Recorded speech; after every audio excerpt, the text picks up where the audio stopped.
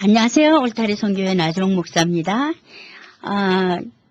6월 그러니까 셋째 주가 아버지 날이죠. 그래서 오늘은 아버지의 날을 좀 말씀드려 볼까 합니다. 우리 한국에서는요, 5월 8일을 어머니와 아버지의 날을 한데 묶어서 어버이날로 행사를 하잖아요. 그죠? 미국에서는요, 어머니의 날이 5월 둘째 주일로 하고 아버지의 날이 6월 셋째 주일로 정했답니다. 그럼 아버지란 누구이신가를 말씀드려 보려고요. 성경에서는 아버지에 대한 다양한 표현이 있죠. 창세기 28장 13절에 나는 너의 할아버지 아브라함과 너의 아버지 이삭의 하나님 여호와이다 라고 그 혈연상의 아비를 말해주죠.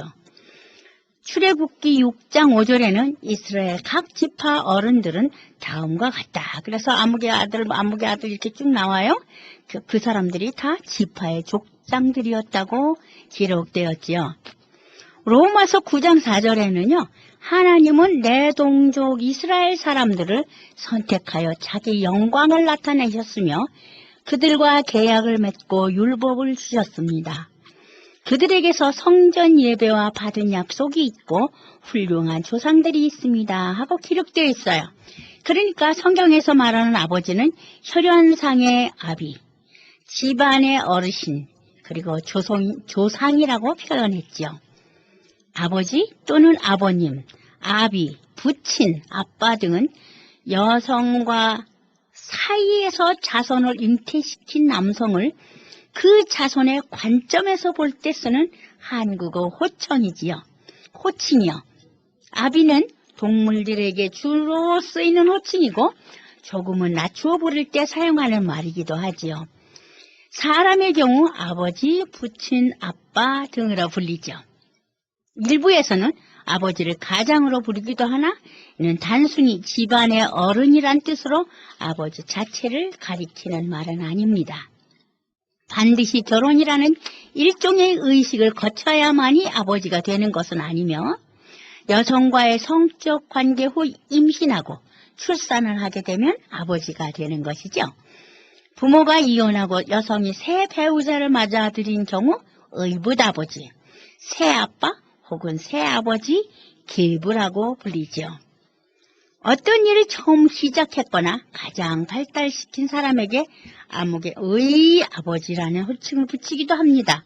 예를 들면 바하는 음악의 아버지로 불리지요. 또한 친아버지 외에 장인이나 시아버지에게도 아버지라는 호칭을 쓰며 현대에 와서는 그 의미가 확대되어서 기혼 남성 혹은 노인 남성에 대한 존칭으로 아버님 등의 표현이 사용되기도 하죠. 마켓이나 백화점에 가면요, 점원들이 모두 남자분들에게 아버님이라고 부르는 그런 풍습이 생겼더라고요. 여자들에게는 어머니, 남자들에게는 아버님이라고 부르더라고요. 현대의 사회에서는 아버지의 역할이 좀 약해졌어요. 사회 문제로 발전되기로 했죠. 그러나 사회가 남자들에게 아버지 역할을 일방적으로 강요한다는 비판도 함께 제기되고 있답니다. 근데 이전 한국에서의 아버지는 권위주의적이고 위협적인 의미를 동시에 내포하고 있었잖아요. 또한 자애로운 어머니에 대해 대비되어서 부정적인 의미도 내포하고 있고요. 이에 따라 임기왜란 기간 이후부터는 조선사회의 가부장이라는 유행어가 특별히 나타나기도 했습니다. 그러나 1992년 군사정권의 붕괴 이후 남성이 아버지가 되어야 하느냐는 비판 여론이 나타났고 1998년 한국의 IMF 위기 이후부터는 가정의 생계를 아버지인 남자들에게만 책임지도록 강요하는 것에 대한 비판이 제기되기도 했죠. 2004년에는 호주제가 폐지되었는데 이것을 아버지의 고유한 권리라고 인식하는 일부의 반발이 강행했으나 통과되고 말았습니다. 모든 남성이 아버지가 되는 것은 아니죠. 결혼을 해야만 아버지가 되는 것도 아니고요. 결혼하지 않더라도 아버지가 될 수 있지요. 이에 따라 미국과 프랑스에서는 6.8 혁명 이후, 일본은 1990년대 이후, 대한민국에서는 1992년 군사 독재 정권의 붕괴 이후 사회가 남자들에게 아버지 역할을 일방적으로 강요한다며 아버지 역할에 대한 비판과 반발이 나타나기 시작했다지요.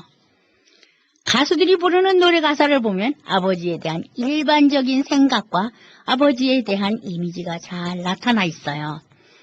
세계적인 가수로 등장한 싸이의 아버지에 대한 노래는요, 부지런하고 일밖에 모르는 일 중독에 걸려서 자녀들이 이해하기 힘든 삶을 사신 아버지에 대한 애환을 그리고 있죠. 아버지, 어찌 그렇게 사셨나요? 아버지 이제야 깨달았어요.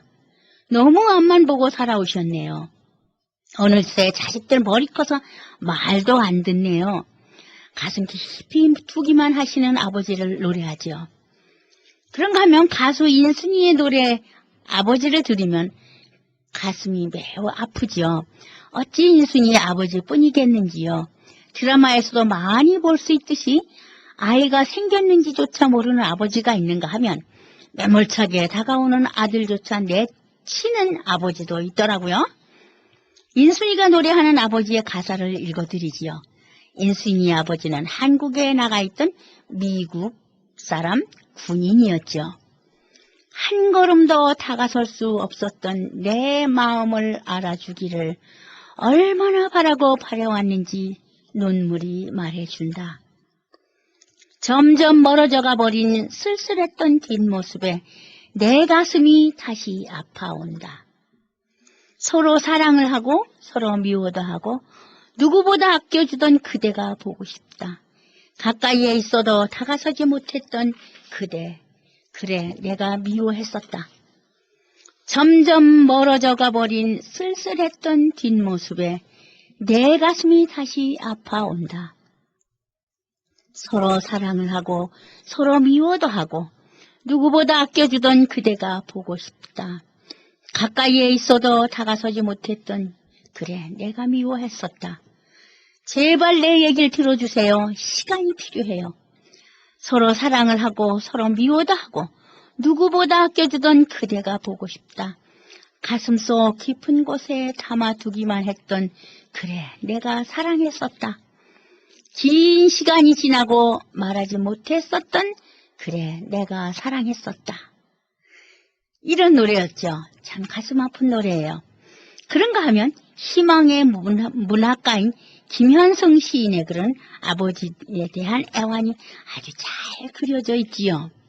아버지의 마음, 바쁜 사람들도 굳센 사람들도 바람과 같던 사람들도 집에 돌아오면 아버지가 된다.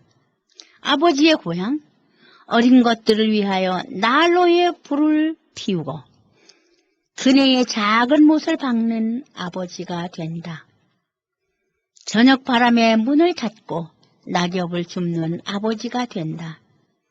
세상이 시끄러우면 줄에 앉은 참새의 마음으로 아버지는 어린 것들의 앞날을 생각한다. 어린 것들은 아버지의 나라다. 아버지의 동포다. 아버지의 눈에는 눈물이 보이지 않으나 아버지가 마시는 술에는 항상 보이지 않는 눈물이 절반이다. 아버지는 가장 외로운 사람이다. 아버지는 비록 영웅이 될 수도 있지만 폭탄을 만드는 사람도 감옥을 지키던 사람도 술가게의 문을 닫는 사람도 집에 돌아오면 아버지가 된다. 아버지의 때는 항상 씻김을 받는다. 어린 것들이 간직한 그 깨끗한 피로 김현성 시인의 글이었지요. 그런가 하면 대구 보육정보라는 그런 잡지가 있는데 그 잡지 2003년 5월호에는 오늘날 아버지는 무엇을 할 수 있는가라는 글이 있습니다. 조금 길지만 소개해 드리겠습니다. 어느 문장 하나하나가 얼마나 정말 잘 표현되어 있는지 몰라요. 교육학자들과 심리학자들은 아버지가 없이 자란 아이들을 문제아가 될 가능성이 많다고 보고한다. 물론 독신녀가 아이를 훌륭하게 키운 경우도 없지는 않지만 그 배후에는 더 피나는 노력이 있었다는 사실을 잊어서는 안 될 것이다. 아무리 자유로운 생활 양식을 주장하는 시대라고 할지라도 아버지의 위치와 역할을 과소평가해서는 안 될 것이다. 아버지는 자녀들에게 매우 중요한 존재이다.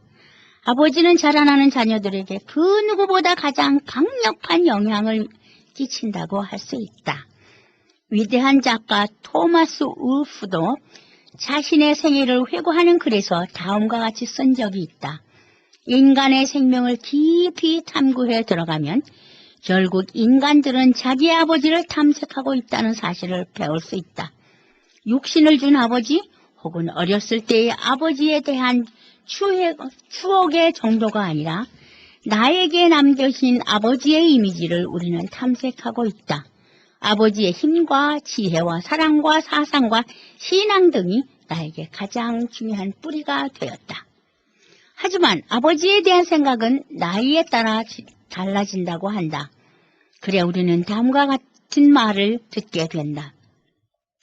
4세 때에는 아빠는 무엇이나 할 수 있다고 생각하고 7세가 되면 아버지는 이것도 모를 거야 라고 생각하고 14세가 되면 아버지는 가망이 없을 만큼 캐캐 묵었어 하고 생각하고 25세가 되면 아버지는 조금은 안다고 생각하고 30세가 되면 이 일을 아버지는 어떻게 생각할까 알고 싶다고 생각하고 이제 35세 때에는 우리 부부가 결정하기 전에 아버지의 의견을 한번 들어보자고 생각하고 50세 때에는요. 아버지는 내 나이 때엔 이 일을 어떻게 처리했을까 생각하고 60대는 내 아버지가 살아계셨다면 이 일만은 꼭 의논하고 싶다고 생각한다는 겁니다.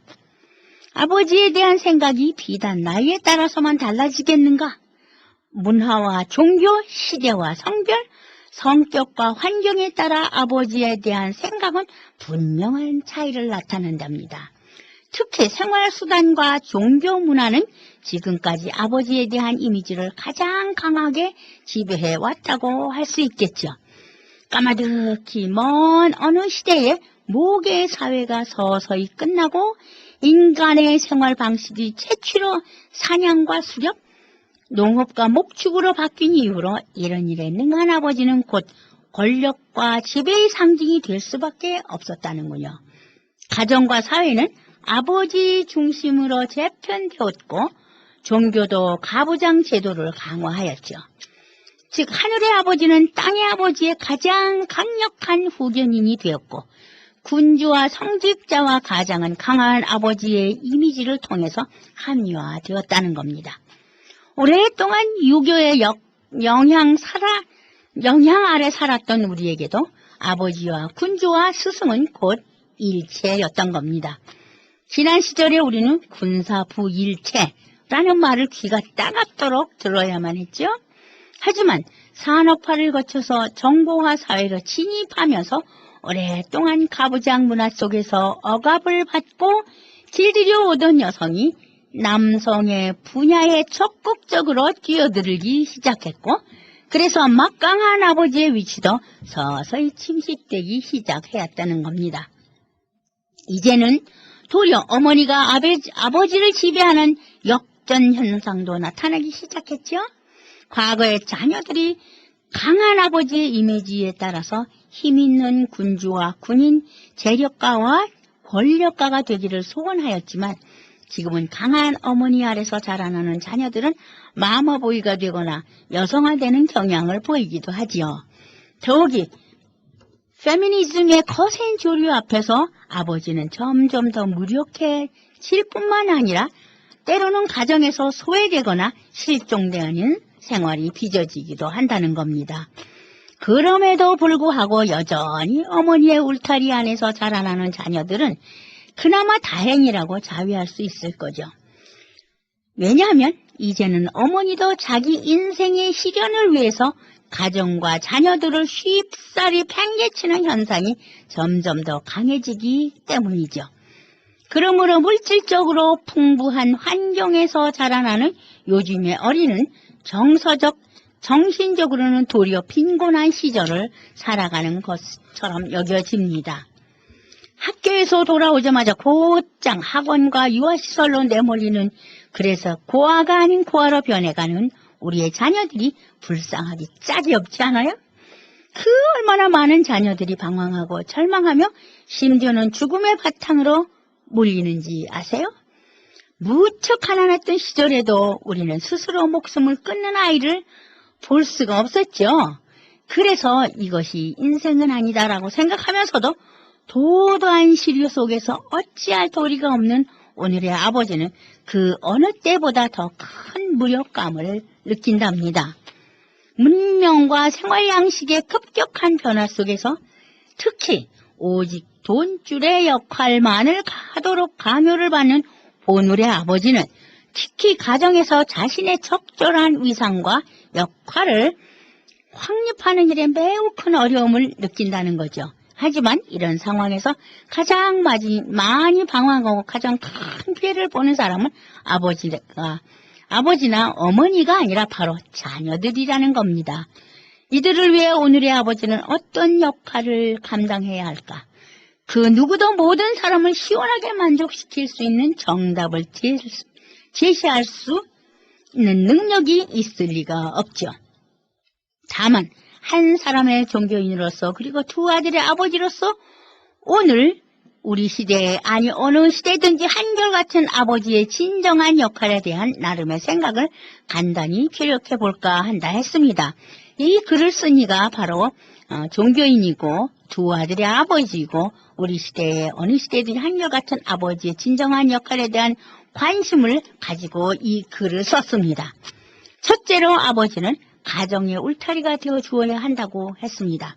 특히 그리고 어린 자녀들을 위해서 아버지는 물질적, 정서적, 정신적 울타리를 만들어 주어야 한다고 했습니다. 이것은 자녀들을 가두어 놓기 위함이 아니라 그들이 자립할 때까지 보호하고 미래를 위해 준비해 주기 위함이지요. 그리고 울타리가 싸고 있는 마당과 가정 안에서 아버지는 자녀들의 좋은 안내자와 친구가 되어 주어야 한다고 생각하는 겁니다. 이제 아버지가 어머니와 자녀를 강압적으로 지배하는 시절은 지나갔으며 자녀를 부모의 욕구 실현과 노후 보장의 수단으로 사역하는 시대도 지나갔죠. 칼릴 지브란의 말대로 자녀들은 부모의 소유가 아니라 자녀들을 쏘는 활이지요. 그들이 자유롭게 그리고 멀리 날아갈 수 있도록 시위를 힘껏 당겨주어야 한다는 겁니다. 둘째, 아버지는 자녀들의 정신적 기초가 되어 주어야 한다는 거죠. 특히 아버지의 가치관과 인격과 이상은 성장하는 자녀들에게 결정적인 영향을 미치는 겁니다. 이런 요소는 자녀들이 앞으로 살아갈 인생의 목표와 수단의 든든한 기초가 되겠죠. 만약 아버지가 이런 요소들을 세우는데 실패한다면 기초가 든든하지 않는 건물이 아무리 화려하고 웅장해도 언젠가는 반드시 무너지고 말듯이 자녀의 성적과 성공도 물거품이나 사상 누각처럼 반드시 무너지고 말 거라는 거죠. 세상에서는 성공했다는 사람이 도중에 혹은 말년에 비참하게 추락하는 것도 다 이런 이유 때문일 것이랍니다. 조기 교육의 중요성은 공부에 있기보다는 건전한 가치관과 인격과 이상의 함양에 있다고 봅니다. 공부는 조금 늦어도 향상시킬 수 있지만 가치관과 인격과 이상의 형성은 늦을수록 점점 더 어려워진다는 겁니다. 셋째로, 아버지는 자녀들이 인생을 슬기롭게 헤쳐나갈 수 있도록 인도해야 하며 자녀들의 바람직한 진로와 이를 달성하는 효과적인 방법을 제시해 주도록 노력해야 한다는 거죠. 가치와 인격과 이상의 형성을 위해서도 그렇지만 기본적인 생존과 보람 있는 생활을 위해서도 아버지는 자주 자녀들과 대화하는 시간을 가져야 하고요. 학교와 사회가 이런 일을 잘 해줄 것이라고 소박하게 기대하면서 자녀들을 아무렇게 방치해서도 안 될 것이라는 거예요. 그렇지만 아버지가 자녀들의 인생에 지나치게 개입하거나 그들의 인생을 일방적으로 주도해서도 안 될 것이고요. 자녀들을 사랑한다는 그럴듯한 명분으로 자녀들을 지나치게 보호하려고 해서도 안 될 거죠. 탈무드의 교훈대로 자녀들에게 고기를 잡아주기보다는 그들에게 낚싯대를 주고 직접 낚시하는 법을 가르쳐 주는 것이 더 지혜로운 일이겠죠.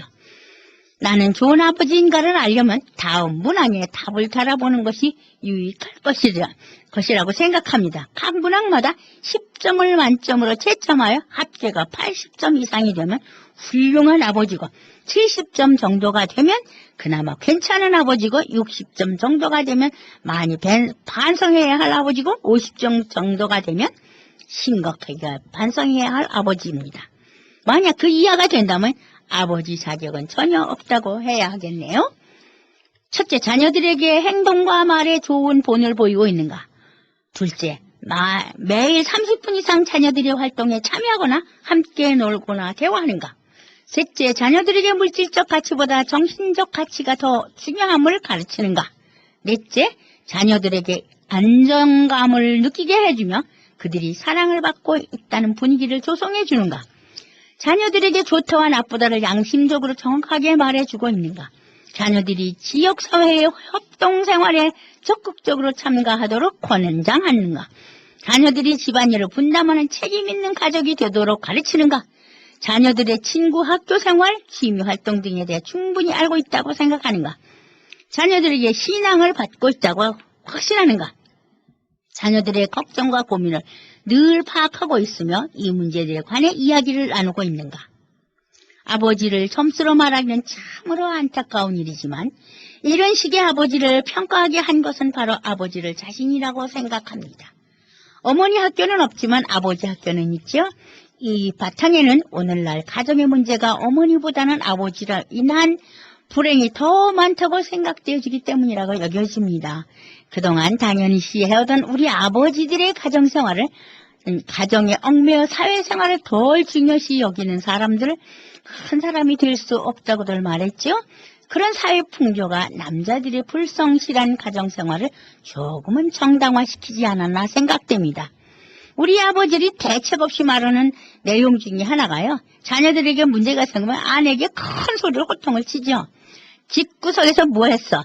애들 하나 제대로 키우지 못하고 무조건 일만 생기면 아버지들은 남의 탓 아니 탓으로 돌립니다. 밖에서 일하기도 힘들어 죽겠는데 집구석에서도 마음 편히 해주지 못한다고 불평을 하지요. 가족이란 함께 이루어 나가야 하는 것이 가족이죠. 패밀리란 영어 단어가 말해주지요.